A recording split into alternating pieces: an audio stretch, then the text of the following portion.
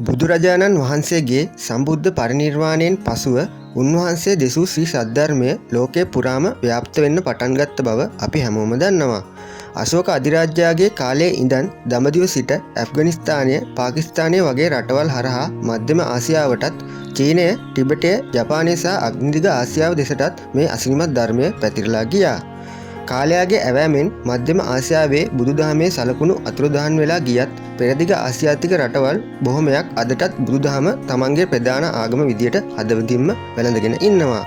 හැබැයි මේ ආසියානු කලාපයෙන් සැතපුම් දහස් ගාණක් ඈතින් පිහිටි රටවල් 44කට වඩා තියෙන යුරෝපා මහද්වීපය දිහා පොඩ්ඩක් බැලුවොත් එහි තියෙන සියලුම රටවල් ප්‍රධාන වශයෙන් කතෝලික, ඕර්තොඩොක්ස් නැත්නම් ආදේවවාදී සංස්කෘතීන් මතයි ගොඩනැගිලා තියෙන්නේ.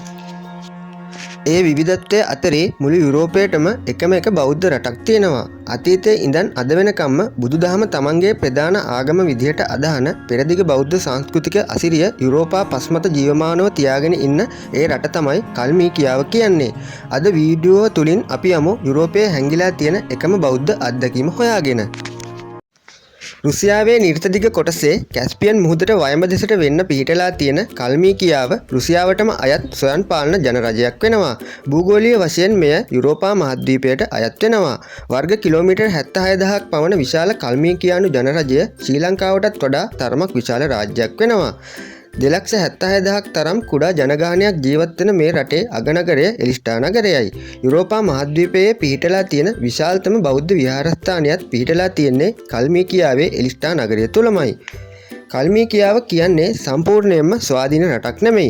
රුසියාවට අයිති ස්වයං පාලන ජනරජයක් වුණත් ඔවුන්ටම වෙන්නුණු ආණ්ඩුවක්, පාර්ලිමේන්තුවක්, ජනාධිපතිවරයෙක් වගේම ජාතික කොඩියක් පවා ඔවුන්ට තියෙනවා. ආර්ථික වශයෙන් ඉතා දුප්පත් රටක් වෙන කල්මීකියාව කෘෂිකර්මාන්තය ජීවනෝපාය කරගත් රටක් වෙනවා. ඔවුන්ගේ මුදල් වර්ගයත් රුසියානු රූබල්ම තමයි. ප්‍රධාන භාෂාව රුසියානු සහ කල්මික් භාෂාව කතා කරන මෙහි ජනගහනයෙන් බහුතරයක් බෞද්ධ ආගම අදහනවා. කල්මික්වරු කියන්නේ යුරෝපයේ ජීවත් වෙන එකම මොංගෝලියානු ජනගහනයටයි. ඔවුන්ගේ පෙනුම, ඇස් සහ මුහුණේ හැඩය සම්පූර්ණයෙන්ම ආසියාතික වුණත් භූගෝලීය වශයෙන් ඔවුන් යුරෝපයට අයත් වෙනවා. කල්මික් කියන වචනේ තේරුම තමයි ඉතිරි වූ අය කියන අදහස වෙන්නේ. 17 වන සියවසේදී මොංගෝලියානු ගෝත්‍ර ඔවුන්ගේ සතුන්ට තනබිම් සොයාගෙන නැගෙනහිරට යද්දී මේ පිරිස බටහිර දෙසට, ඒ කියන්නේ රුසියාවේ වෝල්ගා නදී නිම්නයට ආවා. කල්මික්වරු රුසියාවට සංක්‍රමණය වෙන්නත් කලින්ම ඔවුන් මධ්‍යම ආසියාවේ ඉන්න කාලේ ඉඳලම ඔවුන්ගේ ප්‍රධාන ආගම උනේ බුදුදහම තමයි. ඒ කාලේ ටිබෙට් දේශයේ ඉඳන් ආපු ධර්මදූතයන් වහන්සේලා හරහා ඔවුන් බුදුදහම වැළඳගෙන තිබුණා. ඒ වගේම කල්මික්වරුන් කියන්නේ අතිදක්ෂ රණසූරයන් පිරිසක් වෙනවා. තමන්ගේ සටන්කාමී රළු ගෝත්‍රිකයන්ව ශිෂ්ට සම්පන්න කරන්න සහ එකමුතු කරන්න බුදුදහමේ එන අවිහිංසාව සහ කරුණාව ලොකු පිටුවහලක් වෙන බව තේරුම් ගත්ත කල්මික් නායකයන් ඔවුන්ගේ රාජ්‍ය ආගම විදිහට බුදුදහම පිළිගන්නවා. කෙටියෙන්ම කියනවා නම් කල්මික්වරු කියන්නේ මධ්‍යම ආසියාවේදී ටිබෙට් බුදුදහම වැළඳගෙන පසුව ඒ බෞද්ධ සංස්කෘතියත් අරගෙන යුරෝපයට සංක්‍රමණය වුණු මොංගෝලියානු පරම්පරාවටමයි. එදා ඉඳන් අද වෙනකම්ම ඔවුන්ගේ සංස්කෘතිය සහ බෞද්ධ අනන්‍යතාවය රැකගෙන ඉන්න නිසා යුරෝපීය භූමිය ඇතුලේ තියෙන බෞද්ධ ජනතාව බහුතරයක් ඉන්න එකම රාජ්‍යය බවට කල්මීකියාව පත් වෙනවා. 1917 දී සෝවියට් සංගමය බලයට පත්වීමෙන් පසුව කල්මීකියාවේ බුදුදහමට විශාල පහරක් එල්ල වෙනවා. ඔවුන් කල්මීකියාවේ බෞද්ධ විහාර විනාශ කරමින් භික්ෂූන් වහන්සේලා පවා සිරගත කරනවා. දෙවන ලෝක යුද්ධ සමයේ ජෝසප් ස්ටාලින් විසින් මුළු කල්මික් ජනගහනයම හිමෙන් යටවුණු සර්බියාවට බලහත්කාරයෙන්ම පිටුවහල් කරනවා. අවුරුදු 13ක් පුරාවට කල්මික්වරුන්ට තමන්ගේ මව්බිම අහිමි වෙලා යනවා. පන්සල් නැති වුණත් සර්බියාවේ අතිශය දුෂ්කර කාලවලදී පවා කල්මික් වැසියන් රහසින් බුදුන් වැදීම, මන්ත්‍ර ගායනා කිරීම, සූත්‍ර පාඩම් කිරීම වගේ දේවල් සිදු කරමින් ඔවුන්ගේ සංස්කෘතිය සහ බුදුදහම විනාශ නොවී ආරක්ෂා කරගන්නවා. 1990 දශකයේ සෝවියට් සංගමය බිඳ වැටීමෙන් පසුව ඔවුන්ට නැවතත් තමන්ගේ කල්මික් දේශයට යන්න අවස්ථාව හිමි වෙනවා. අලුගසා නැගී සිටීමෙන් පසු කල්මික් වරුන් 14 වන දලයි ලාමා වහන්සේගේ උපදෙස් මත විහාර ඉදිකරමින් කල්මීකියාව තුළ බෞද්ධ උරුමය නැවත ගොඩනගනවා.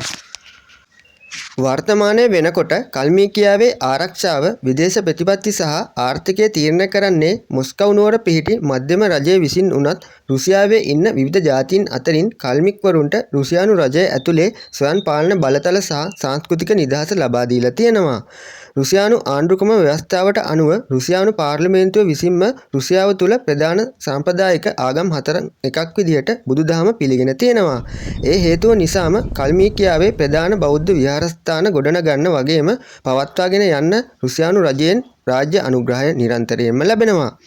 කල්මීකියාවේ පවත්වන බෞද්ධ සංස්කෘතික උත්සවවලට සහ බෞද්ධ මධ්‍යස්ථාන විවෘත කිරීම වගේ කටයුතු වලට පවා රුසියානු ජනාධිපති පුටින් පවා සහභාගී වුණු අවස්ථා තියෙනවා.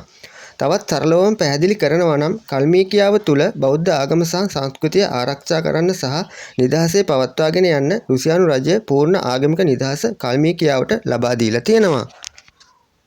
2026 වර්ෂය වෙනකොට ලාංකිකයන්ට කල්මීකියාවේ සංචාරයට යන්න පහසුවෙන්ම අවස්ථාව ලැබිලා තියෙනවා. කොළඹ ඉඳන් කෙලින්ම කල්මීකියාවේ එලිස්ටා නගරයට ඍජු ගුවන් ගමන් නැති වුණත් කොළඹ ඉඳන් මොස්කව් වලට ඍජු ගුවන් ගමනකින් පසුව මොස්කව් නුවර ඉඳන් පැය 18ක් 20ක් පමණ දුම්රි ගමනකින් හෝ පැය දෙක තුනක ගුවන් ගමනකින් කල්මීකියාවට යන්න පුළුවන්. මේ සඳහා රුසියානු වීසා බලපත්‍රයක් පමණක් තිබීම ප්‍රමාණවත් වෙනවා. ගුවන් ටිකට්පත් මිල ඉතාම අධික වුණත් කල්මීකියාවේදී සියලුම පහසුකම් අඩු මුදලකට ලබා ගන්න පුළුවන්. ඔයා කල්මීකියාවේ සංචාරයකට යන්න බලාපොරොත්තු වෙමින් ඉන්නවා නම් කල්මීකියාව තුළ ඉංග්‍රීසි භාෂාව භාවිතය ඉතාමත් අඩු නිසා රුසියානු භාෂාව දැනගෙන ඉන්න එක නම් ඉතාමත් වැදගත් වෙනවා. යුරෝපයේ සීතල සුළං හමන රුසියානු භූමිය මත අදටත් බුද්ධ රූප වඳිමින් පිරිස් සහ මන්ත්‍රවල ශබ්දය ප්‍රදේශය පුරා පතුරවමින් තමන්ගේ මුතුන් මිත්තන්ගෙන් ආපු ඒ උතුම් බෞද්ධ උරුමය පණ වගේ රකින මිනිස්සු කොට්ටාසයක් ඉන්නවා කියන එක කොච්චරනම් පුදුම සහගතයිද? සෝවියට් සමයේ ආපු බලපෑම් හමුවේ අනන්ත අප්‍රමාණ දුක් ගැහැට මැද වුණත් තමන්ගේ හදවත ඇතුලේ තිබුණු බෞද්ධ අනන්‍යතාවය විනාශ වෙන්න නොදී රැකගත්තු කල්මික්වරුන්ගේ මේ කතාව ඇත්තටම ලෝක ඉතිහාසයේ තියෙන අසිරිමත් කතාන්දරයක් විදියට හඳුන්වන්න පුළුවන්. ඔයාලා කලින් යුරෝපයේ තියෙන මේ එකම බෞද්ධ රාජ්‍යය ගැන දැනගෙන හිටියද? මේ වීඩියෝ එකෙන් කල්මීකියාව ගැන අලුත් දෙයක් දැනගත්ත නම් වීඩියෝ එකට ලයික් එකක් දාලා ඔයාලගේ වටිනා අදහසත් පාලින් කමෙන්ට් කරගෙන යන්න.